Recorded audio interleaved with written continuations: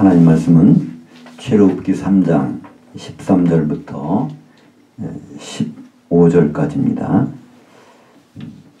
모세가 하나님께 아뢰되 내가 이스라엘 자손에게 가서 이르기를 너희 조상의 하나님이 나를 너희에게 보내셨다 하면 그들이 내게 묻기를 그의 이름이 무엇이냐 하리니 내가 무엇이라고 그들에게 말하리이까. 하나님이 모세에게 이르시되 나는 스스로 될 자이니라. 또 이르시되 너는 이스라엘 자손에게 이같이 이르기를 스스로 될 자가 나를 너에게 보내셨다 하라. 하나님이 또 모세에게 이르시되 너는 이스라엘 자손에게 이같이 이르기를 너희 조상의 하나님 여호와 곧 아브라함의 하나님 이삭의 하나님 야곱의 하나님께서 나를 너에게 보내셨다 하라. 이는 나의 영원한 이름이요 대대로 기록될 나의 칭언이라. 아멘. 오늘 본문 말씀을 가지고 여호와 하나님의 자기소개서라는 제목으로 은혜를 나누고자 합니다. 제가 얼마 전 대전에서 있은 총회 신년 할애 예배에서 어떤 목사님이 격려사를 하시는데 그때 말씀이 생각이 나서 오늘 소개를 하려고 합니다. 어느 시골에서 소가 주저앉는 문제가 생겨서 그 교회의 목사님한테 찾아가서 부탁을 했다고 합니다. 근데 목사님이 가서 소의 귀에다 대고 무슨 딱 한마디 말했더니 소가 벌떡 일어났다는 거예요. 또 그 목사님도 한번 태국에 갔는데 거기서는 또 코끼리가 주저앉아가지고 이게 꾀를 불리면서 안 일어난다고 그래요. 똑같은 방법으로 가서 귀에다 대고 한마디 딱 했더니 코끼리가 벌떡 일어났다는 겁니다. 그러니까 그 말이 얼마나 충격적인 말일까. 네, 그 말을 그 목사님이 이러더라고요. 그 시골 소한테 너 시골서 목회 좀 해볼래? 그랬더니 깜짝 놀랐는데 또 태국에서도 또 한국 가서 목회해볼래? 그랬더니 그냥 깜짝 놀랐다는 거예요. 그러니까 우리가 어떤 말 듣고요. 아, 그저 그런가? 그런데 어떤 우리가 드라마를 보면요. 막 눈물 흘리는 사람들 감동받아가지고. 그죠? 그러니까 그런 내용에 대해서 얼마나 감동을 줄 수 있냐 없느냐. 이것이 사실 굉장히 중요한 일이겠죠. 지금 이제 오늘 출애굽기 3장은 모세가 하나님의 부름을 받고 이제 사역에 임하게 되는 상황입니다. 모세는 이제 애굽 왕실에 가서 40년을 자랐죠. 그러다가 백성들 위해서 뭘 해보겠다 그러다가 결국은 이제 살인자로 몰려서 광야로 가서 이제 또 40년을 보냅니다. 그리고 80세가 됐는데 하나님이 가시떨기 나무 가운데에서 부르시는 거죠. 거기서 이제 모세에게 사명을 주시는 장면이 이제 출애굽기 3장입니다. 근데 여기 모세가 그러는 겁니다. 저는 하나님을 알 수 있지만 이스라엘 백성들한테 가서 도대체 누가 보냈다고 하면 어떻게 말할 수 있습니까? 그들이 말을 안 듣는다는 거예요. 꿈쩍도 안 할 거라는 얘기예요. 그때 하나님이 하신 말씀이 가서 이렇게 전하라는 거예요. 바로 내 이름이 여호와다.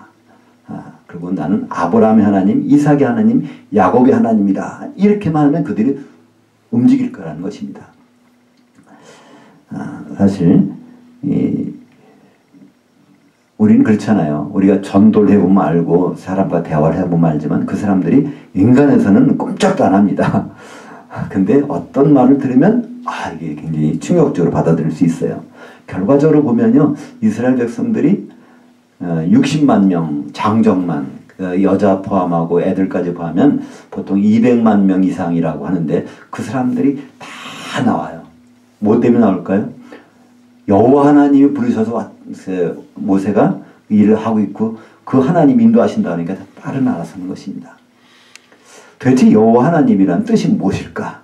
우리 성경에서는요. 그것을 바로 스스로 있는 자라고 번역을 합니다. 그 스스로 있는 자가 보내서 왔다고 하라고 이스라엘 백성들에게 말을 하는 겁니다. 근데 그 말을 듣고 그들이 다 따라 났을까요? 그렇지 않다는 것입니다. 우리말 성경에서는 스스로 있는 자고 했는데 원래 그러면 여호와라는 그 이름이 뜻이 무엇일까? 하나님은 자기 소개를 하는데 그냥 나는 여호와다. 그랬더니 그 사람들이 알아듣는 거예요. 우리가 요즘에 직장에 이제 취업을 할 때 가장 중요한 것 중에 하나가 자기소개서라고 그러죠. 그 자기소개서를 잘 써야 그래서 그 면접을 통과하고 이렇게 한다고 그러는데 그래서 그 자기소개서를 누구한테 부탁하거나 카피하거나 만들어서 한 경우도 있는데 요즘엔 그것도 다 이렇게 걸러내는 그 기술이 있다고 그래요. 근데 하나님은 자기소개서가 딱 한마디입니다. 나는 여호와야. 그런 거예요. 이 여호와라는 단어는요, 히브리어 동사 하야라는 동사의 사역형 미완료 시상입니다. 좀 복잡하죠? 우리는 보통 영어를 배울 때 시제라고 그러죠. 현재, 과거, 미래, 또 뭐 현재 완료, 과거 완료, 미래 완료, 또 여러 가지 이제 시제가 있는데 히브리 말은 시제라는 말을 안 쓰고 시상이라고 합니다. 이거는 시제와 상태를 같이 말하는 거예요. 완료냐 미완료냐 어떤 상태냐 이것을 가리키는 것인데 미완료하면 두 가지가 있습니다. 과거에 쭉 진행되고 왔던 일들, 완료가 안 된 사건이든가 그렇지 않으면 앞으로 될 일이든가 이 둘 중에 하나인데 여기서 이 이름은 앞으로 될 일을 말씀하신 것입니다. 그리고 여기 사역형이라고 되어 있어요. 사역형이라는 건 누굴 통해서 하게 하겠다는 것입니다. 그래서 이 하야라는 동사는 근데 두 가지 뜻이 있어요. 그냥 존재한다는 뜻도 있고 뭘 되게 한다는 뜻도 있단, 그러니까 된다는, 영어로 하면 to be라는 뜻도 있고 to become이라는 뜻도 있습니다. 그럼 이 뜻을 어떤 뜻을 가지고 이거를 해석하냐에 따라서 해석이 달라집니다. 성경학자들은 이것을 그냥 to be, 비동사라고 생각을 해서 번역을 하니까 스스로 있는 자라고 번역을 합니다. 그래서 여호와, 이것은 하야라는 동사의 사역형인데 이것이 그 미완료다. 그러니까 그래서 이것은 스스로 있는 자라고 번역을 이렇게 한 것입니다. 근데 이 번역이 정말 맞을까 안 맞을까? 그것은 이 하야라는 동사를 존재로 보느냐, 이것을 변화로 보느냐, 이 두 가지가 달려있다는 것입니다. 창세기 1장에 보면요, 이 하야라는 동사가 굉장히 많이 나와요. 어디 나오냐면 저녁이 되고 아침이 되니 이 첫째 날이라, 또 뭐 땅이 혼돈하게 되어버렸고 공허하게 되어버렸다. 이거 다 하야거든요. 거기서는 비동사가 아닙니다. 비캄이고 트랜스퍼하고 막 바뀌어지는 거예요. 마찬가지로 여기서도 이 여호와라는 이름은요, 이것은 그냥 존재라는 뜻이 아닙니다. 바로 그분은 어떻게 반드시 계획한 걸 이루신다는 뜻입니다. 여기에 대한 해석은 여러 가지로 있어요. 성경학자들이 2000년 동안에 많은 해석이 있습니다. 결론적인 해석은 그건 비동사라고 본 거예요. 그래서 여호와 하나님이라는 뜻은 그는 원래부터 남이 도움받지 않고 옛날부터 창조할 때부터 계셨던 분이다. 이렇게 해석하는 겁니다. 근데 그런 해석이라면은 이스라엘 백성들이 움직였을까요? 여호와 하나님은 원래부터 계신 분이야. 그러면 그 사람들이 그래. 그러면 출애굽해야 되겠네? 이렇게 안 했을 것입니다. 도대체 여호와라는 뜻은 원래 무슨 다른 뜻이 있으니까 거기서 400년 동안 노예 살아가는 사람들이 다 짐 싸들고 바로 하루 저녁에 다 나오는 것입니다. 그렇다면 여호와라는 이름의 원래 뜻이 무엇일까요? 그건 누가 잘 알 수 있을까요? 여호와라는 이름의 뜻은? 바로 여호와라는 것은 삼위일체 하나님의 이름입니다. 거기는 예수님도 포함이 되는 거예요. 태초에 하나님이 천지를 창조하시니라 그때 예수님은 들어가 있는 겁니다. 그렇다면 이 여호와라는 이름을 가장 잘 아는 분은 예수님일 거잖아요. 그죠? 예수님은 여호와라는 이름을 잘 아시는 분이에요. 그럼 예수라는 이름 자체가 여호와께서 구원하신 여호와라는 이름이기 때문에 자기 이름인데 자기가 모르시겠어요? 근데 예수님은 오늘 출애굽기 3장 13절부터 15절까지 내용을 예수님이 직접 해석한 구절이 있습니다.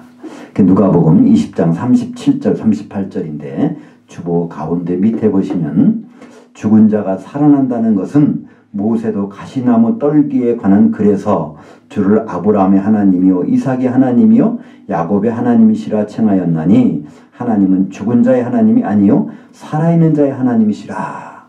그러니까 모세가 가시떨기나무에서 관한 것을 기록할 때 이게 출애굽기 3장 내용이에요. 여기 기록할 때 이게 바로 다른 말씀이 아니라 하나님은 죽은 자도 살려내시는 되게 하시는 하나님, 존재의 하나님이 아니라 바로 이 아브라함도 죽었잖아요. 모세가 살아있을 때는 아브라함 죽었습니다. 이삭도 죽었어요. 야곱도 죽었어요. 근데 그들을 결국 다 살려내시는 하나님이라는 그 예수님이 거기서 말씀하고 있는 거예요. 그러니까 이건 비동사가 아니라 이거는 전환시키는, 변화시키는 그 하나님이라는 것을 예수님 직접 말씀하셔요. 그러니까 하야라는 동사는 비동사가 아니고 이거는 비캄이고 트랜스퍼하는 어떤 역동적인 동사라는 걸 예수님이 직접 말씀하셨다는 거예요. 다시 이것을 마태복음 22장 31절과 32절에 보면 또 여기서도 똑같이 출애굽기 3장에 있는 말씀을 예수님이 이렇게 해석하십니다. 사두개인들에게 이 말씀 하시는 거예요. 부활이 없다고 하는 사두개인들한테 이 모세의 얘기를 가지고 예수님 직접 하시는 걸 들어보실까요?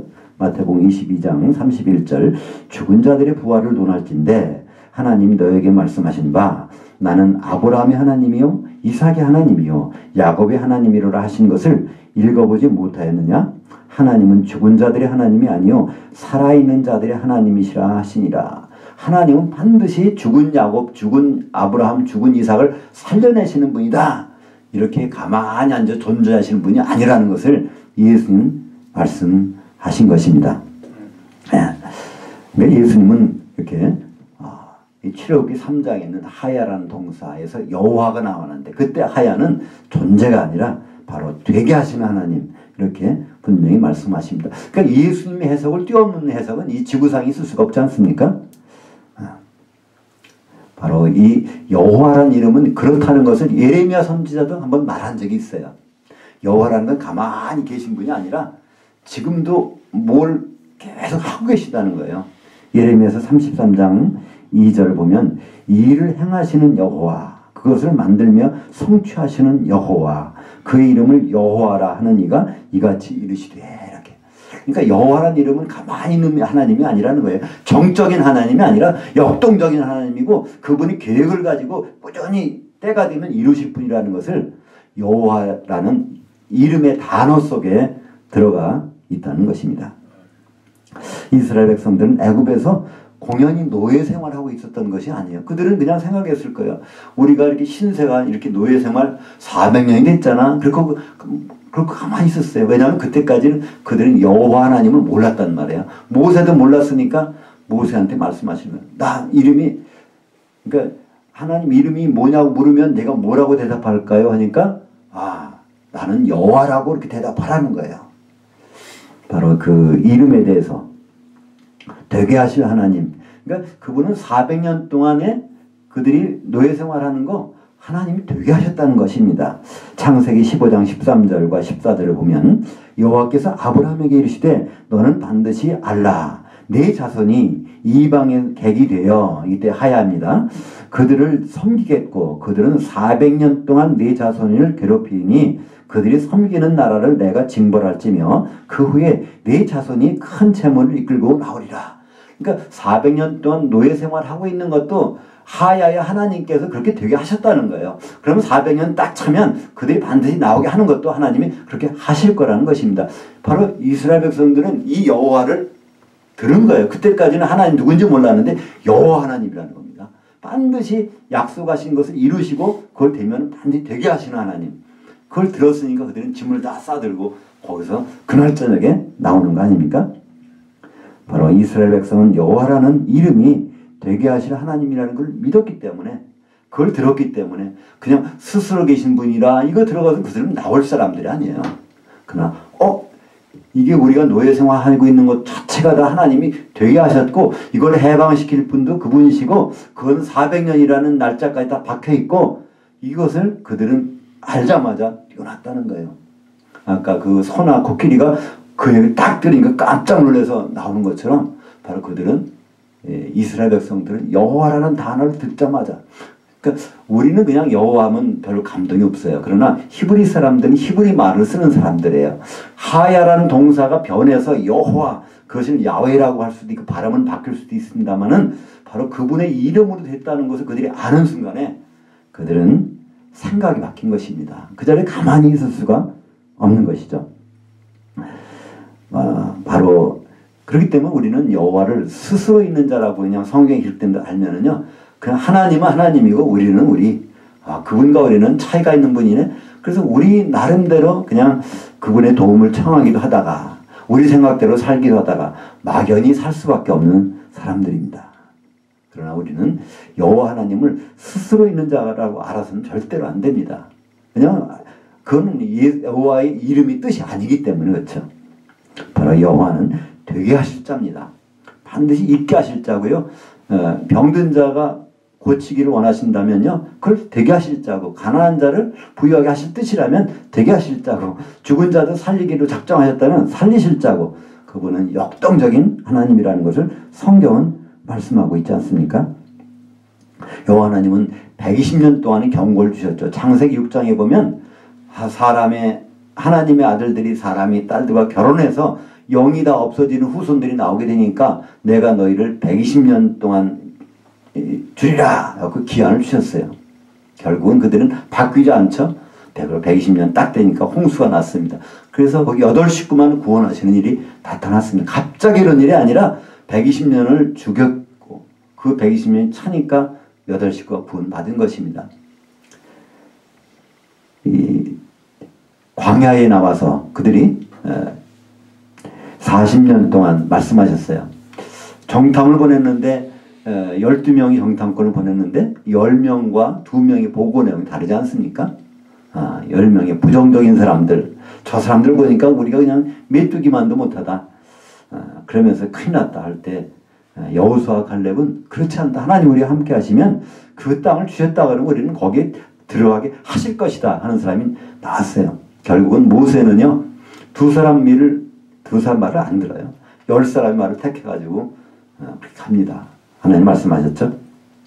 40일 정탐하는 날짜 하루를 1년을 쳐서 40년 동안 광야에서 헤매게 한 다음에 믿음의 사람은 여호수아 갈렙을 드러버리게 하시겠다는 것입니다. 그 일이 이루어진 거예요.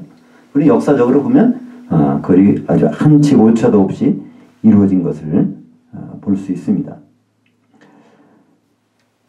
바벨론 포로로 끌려가는 것도 마찬가지. 예레미야는 말합니다. 하나님은 이제 유다 백성들을 바벨론으로 끌고 와서 70년 있다가 다시 여기로 데리고 오리라. 근데 많은 선지자들은 안 그랬어요. 지금이라도 회개하고 있으면 이제 바벨론 망해서 우리는 이 여자리에서 있는다. 많은 사람들이 이렇게 얘기했죠. 선지자들이. 그러나 하나님은 결국은 그들을 70년 동안 포로 생활한 다음에 70년이 딱 되니까 이제 나가도 된다는 칙령이 내려서 거기서 들어오게 하시는 것. 그러니까 하나님은 반드시 이렇게 되게 하시는 하나님. 그래서 여호와라는 거예요. 여호와. 나는 여호와다. 그러니까 그 말을 듣는 순간에 이제 충격을 받은 건 누굽니까? 이스라엘 백성들이 충격을 받고 바로 나오게 되는 것이죠. 사실 여호와 하나님은 이렇게 궁극적으로 아브라함의 하나님, 이삭의 하나님, 야곱의 하나님이라고 하는 것은요, 결국 부활시키는 하나님이라는 뜻이잖아요. 그러니까 죽음의 문제를 해결하시는 하나님이라고 하면 그보다 믿을 만한 분이 어디 있겠어요. 당시에 애굽에서는요, 애굽의 바로 황제 파라오가 가장 생각하는 건 무엇일까요?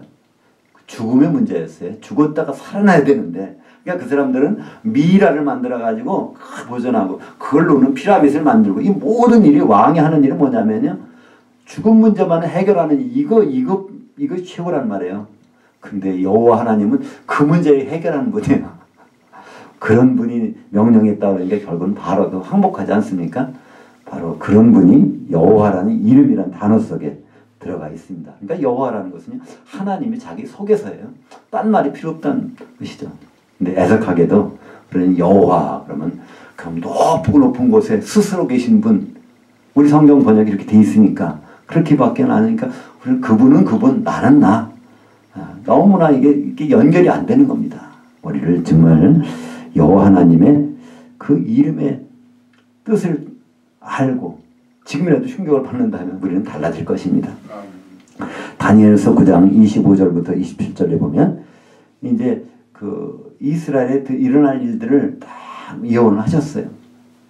바로 이 예루살렘 바벨론으로 끌려간 사람들이 그래서 거기에서 어떤 왕이 명령을 내릴 거라는 거예요. 이제 예루살렘 성을 가서 다시 개축하라. 그 명령이 내리고 7년 만에, 그러니까 7일에 만에 49년 만에 그것이 이루어졌어요. 그 명령이 주전 536년에 그 명령이 나고 바로 70년 후에 그 성벽이 다 완성이 됐습니다. 그리고 나서 62일에 지나면 기름 부은 자가 생긴다고 그랬어요. 바로 그 딱 434년이 딱 되니까 예수님이 요단강에서 기름을 이게 부을 바르시지 않습니까? 성령으로.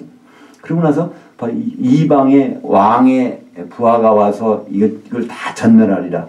주 70년에 로마의 디도 장군이 와서 예루살렘 성을 다 해파시켰습니다. 그 모든 것은 다 그들이 한 것이 아니라 되게 하신 하나님이 작정하신 대로 경고하신 대로 다 이루어졌다는 것입니다.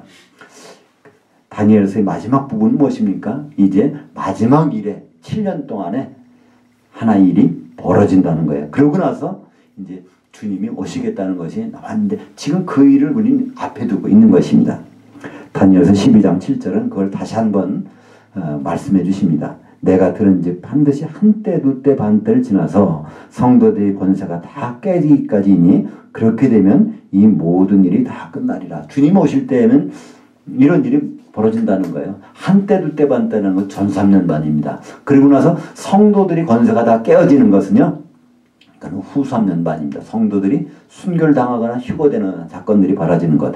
이렇게 된 다음에 주님이 오신다는 것을 성경은 말씀하고 있는데 여호와 하나님은 이것을 반드시 지키시고 이루신 분이라는 것을 그 이름의 뜻을 알면 우리는 이것을 긴장하지 않을 수 없잖아요. 가만히 있을 수 없어요. 그죠? 정말 잘 만들어진 드라마를 딱 보는데 거기에 눈물을 안 흘리고 있으면 이건 목석 아니겠습니까? 정말 이 하나님이 여호와라는 그 이름의 뜻을 우리가 알 수 있다면 우리는 가만히 그 말을 그래 하나님 여호와세요? 그리고 끝나는 것이 아니라는 거예요. 이스라엘 백성 60만 명이 그냥 그 자리에서 움직일 정도의 그런 충격적인 이름이 바로 여호와라는 것을 성경에서 말씀하고 있습니다. 여호와는 이렇게 스스로만 있는 그냥 존재만 하시는 정적인 그런 하나님이 아닙니다. 그런 하나님을 안다면 우리는 아무것도 할 수가 없죠. 바로 그런 해석은 아무 감동이 없습니다. 그렇게 알았더라면 이스라엘 백성들은 나오지 않았을 거예요. 그런 하나님, 스스로 계신 하나님, 그분은 그렇게 하라고 그래. 우리는 여기서 그냥 노예 생활이라도 이렇게 하는 것이 훨씬 나아. 이렇게 했을 것입니다. 그러나 지금도 마찬가지 아닙니까? 지금도 그냥 스스로 계신 하나님을 알기 때문에 우리는 우리 나름대로 하나님께 구하다가도 안 들어주시면 우리 스스로 방법을 강구합니다. 기도하더라도요, 그 기도 안 들어주면 내가 뭘 해놔야지. 그거 다 대안들이 있어요. 대안들을 가지고 할 수 있습니다. 왜 그럴까요? 스스로 계신 하나님, 그분과 우리는 큰 상관이 없다고 생각하기 때문에 그렇습니다.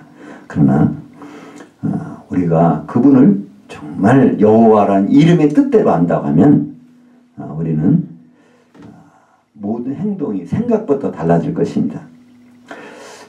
여호와 되게 하실 분이라는 그 이름 때문에 출애굽이라는 사건이 벌어졌습니다.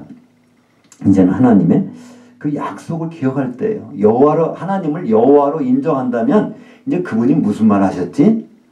그분은 그것을 반드시 이루실 때니까. 성경 전체에서 맨 먼저 그분이 약속하신 것이 무엇입니까?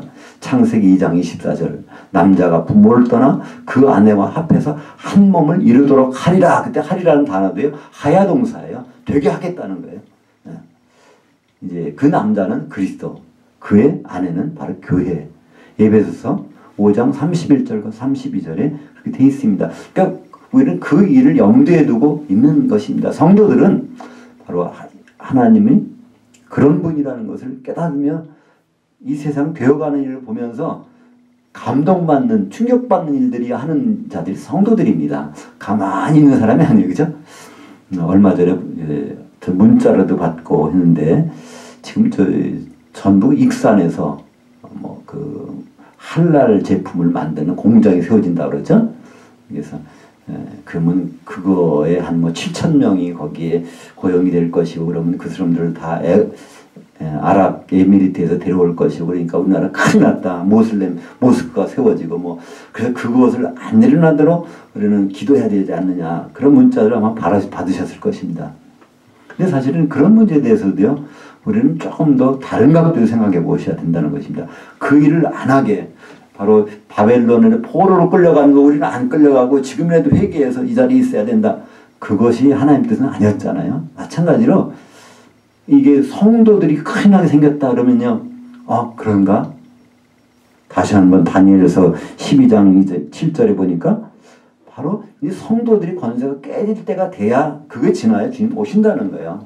그러니까 전북 익산에 그런 모스크가 사원이 세워지는 것을 막는 일도 어떻게 보면 중요하겠지만 그보다 중요한 것은 성도들이 권세가 깨어지는 일들이 준비되고 있다고 하면 이것이 후선연반 된 일이 벌써 시작되고 있구나. 그것을 우리는 생각하면서 하나님 정말 여호와 하나님이시네. 거기를 돌아가는 것이 현명한 일이 아닐까요? 또 우리는 통일에 대해서 많이 기도를 합니다. 지금 이제 어떤 방송에서는 여호와 하나님 통일을 앞당겨 주옵소서라는 기도의 제목이 있어요. 그러나 그것도 우리는 한 번 더 생각해 볼 일입니다. 하나님이 통일을 우리가 해주시는 것이 하나님의 뜻인지, 그렇지 않으면 분단된 상태에서 우리에게 뭘 깨닫게 하시는 것이 하나님의 뜻인지, 그러면 만약에 통일됐을 때 그것이 우리에게 유리한지, 통일돼서 오히려 세상으로 빠져나간다고 하면 그건 더 잘못될 수도 있지 않겠습니까? 그러니까 오히려 통일에 대해서 기도한다면 바로 통일이 되기 전에 우리 믿음이 있게, 또 통일이 된 다음에도 우리 믿음이 변치 않게, 그게 우리 기도의 제목이 돼야 되는데, 우리 기도의 제목들은 바로 통일되게 해주세요, 바로 모스크가 설립되지 않게 해주세요, 다 이런 것만을 기도한다면 여호와 하나님 생각했던 거와는 좀 다를 수가 있다는 것입니다. 바로 하나님이 여호와라는 사실을 다시 한번 우리가 충격으로 받아들인다면 우리는 우리 초점이 좀 달라질 거예요. 그죠? 그분이 여호와다 그러면 반드시 이루시는 것은 남자가 부모를 떠나서 아내와 앞에 한 몸을 되게 한다는 것이 주님이 재림하신다는 거잖아요. 그러면 주님이 재림하실 때는 우리가 다 부활할 것입니다. 부활해서 다 공중에 올라갈 거예요. 그럼 그때 공중에 올라가서 그분 혼잔체 들어가느냐 못 들어가느냐는 우리는 거기에 대해서 지금 뭐 할 것이라고 생각을 해야지, 이 세상에서 어떻게 우리가 복받고 잘 살고 죽으면 바로 이렇게 바로 천국에 올라가고 이런 것으로 한다면 우선 성경을 좀 달리 본다고 볼 수밖에 없는 것이죠. 어제 입관 예배 제가 다녀왔는데 거기서 사실은 우리가 죽으면 바로 천국 가는 걸로 알고 있어요. 성경은요, 죽으면 천국 간다고 한 말이 전혀 없습니다. 천국은요, 지금부터 들어와 있어야 돼요. 만약에 미국을 가고 싶다면요, 미국 가는 비행기를 인천공항에서 타고 앉아 있어야 그게 결국 시간 되면 떠나는 거 아닙니까? 우리는 지금 천국에 만약에 들어가고 싶다면 지금 천국 안에 들어와야 이 비행기, 이 우주선이 바로 출발을 할 때 같이 올라갈 수 있을 것입니다. 그리고 바로 그곳은 바로 하늘나라가 아니죠. 왜냐하면 주님은 하늘에서 공중으로 오신다고 말씀하셨고, 우리를 죽은 자들 무덤에서 바로 부활시켜서 공중에서 만나시겠다고 했는데, 우리의 생각이 하나님 생각과 너무나 차이가 난다면 어떻게 우리가 하나님 말씀에 감동을 받을 수 있겠습니까? 우리는 다시 한번 여호와, 그 이름은 하나님의 자기 소개서입니다. 바로 안 되는다고 생각하는 걸 반드시 되게 하시는 분이에요. 죽은 자도 반드시 살리시는 분이에요. 그러니까 주님 오실 때는 무덤에 있는 자도 부활시켜서 그분 만나게 하시는 분. 그러니까 아브라함의 하나님, 이삭의 하나님, 야곱의 하나님. 아브라함도 죽었고 이삭도 죽었고 야곱도 죽었지만 그러나 그들을 살려내신 하나님이 바로 주님이시기 때문에 우리는 여호와 하나님의 이름으로 우리는 지금도 감동받고 충격받고 준비하는 성도들이 되시기를 주님 이름으로 축원합니다.